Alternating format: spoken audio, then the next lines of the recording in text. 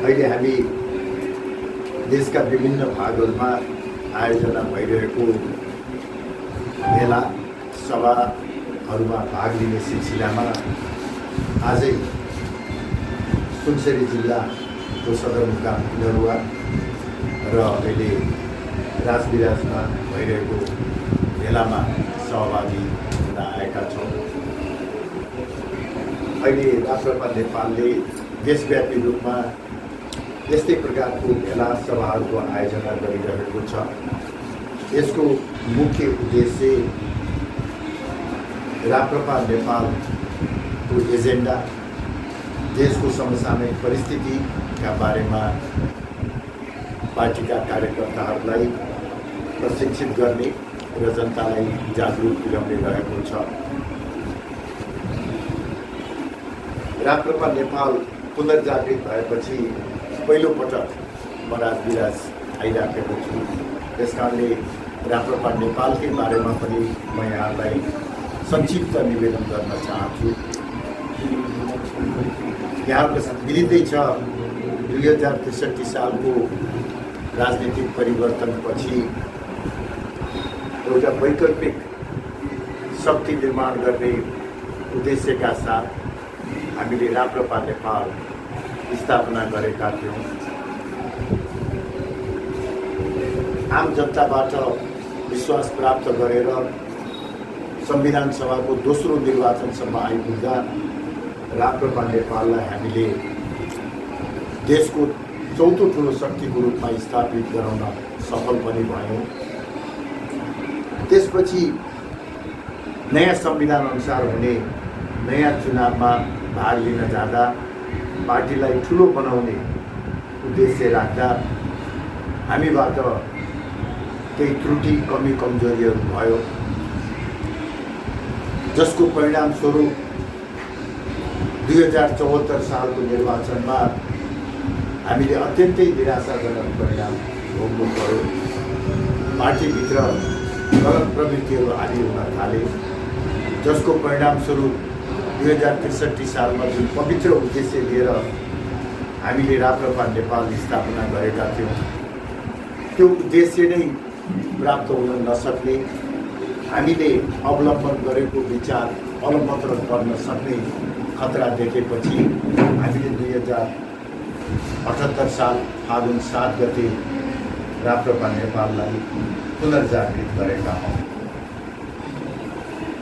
राप्रपा नेपालले राष्ट्रियता, लोकतन्त्र, सनातन हिन्दू राष्ट्र र उदार अर्थतन्त्रमा आधारित संवर्धनवादलाई आफ्नो वैचारिक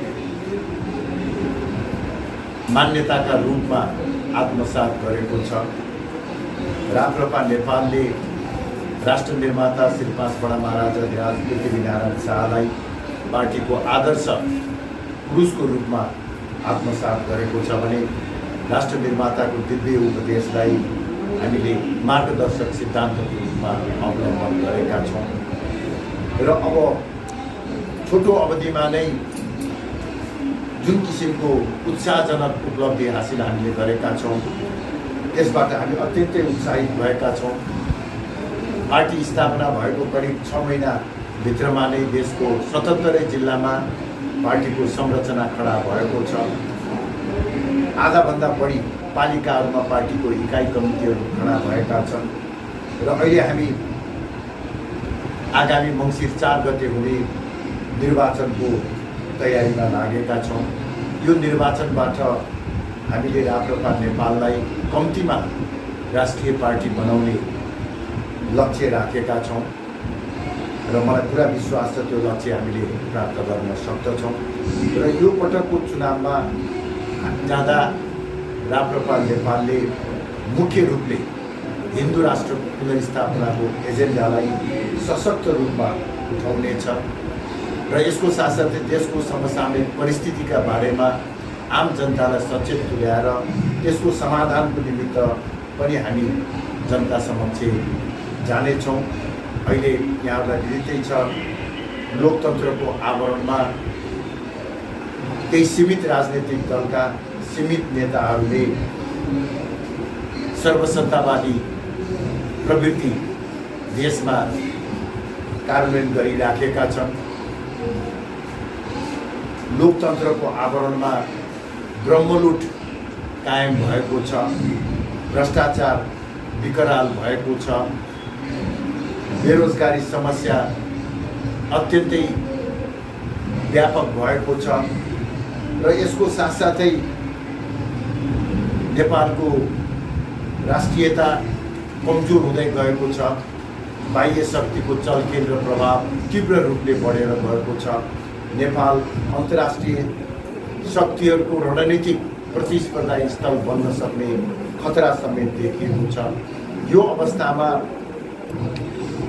देशलाई एउटा बलियो राष्ट्रवादी प्रजातान्त्रिक शक्ति आवश्यक छ भन्ने सन्देश पनि हामी जनताको माझमा लिएर जानेछौँ र साथसाथै विगत केही वर्ष यता धर्मनिरपेक्षताको आडमा सङ्गठित र योजनाबद्ध रूपमा लोभ लालच देखाएर, डर त्रास देखाएर, भ्रम सिर्जना गरेर धर्म परिवर्तन गराउने कार्य भइराखेको छ। अहिले एक प्रकारले भन्ने हो भने देशभरि धर्म परिवर्तनको डढेलो लागेको छ। पहाडमा सिङ्गे गाउँका गाउँ धर्म परिवर्तन गराइएको छ। एउटा अन्तर्राष्ट्रिय संस्थाले गरेको सर्वेक्षण अनुसार विश्वमा नै तीव्र गतिले धर्म परिवर्तन हुने देशमा नेपाल पहिलो नम्बरमा रहेको छ र धर्म परिवर्तनको निशानामा आदिवासी, जनजाति र दलित समुदाय बढी परेका छन्। अहिलेसम्म मधेसमा यो धर्म परिवर्तनको आगो सल्किसकेको छैन, तर सुरुवात भइसकेको छ भन्ने प्रष्ट रूपमा देखिन्छ। त्यसकारणले गर्दाखेरि यो धर्म परिवर्तनको डढेलोबाट हिन्दू राष्ट्रको बत्ती निभ्न नदिनको निमित्त आउने संसद हिन्दू राष्ट्रको पक्षमा आवाज विहीन नहोस् भन्नका निमित्त हामीले आम जनतालाई कम्तीमा आफूले दिन पाउने 2 भोट मध्ये 1 भोट राप्रपा नेपाललाई दिनुहोस् भन्ने सन्देश जनतामा अहिले हामीले पुर्याउन खोजिराखेका छौँ। मैले संक्षेपमा पार्टीको कार्यक्रम, देशको अवस्थाका बारेमा यहाँलाई बताएँ। अब यहाँहरूको कुनै जिज्ञासा भए त्यसको निम्ति अनुरोध गर्छु।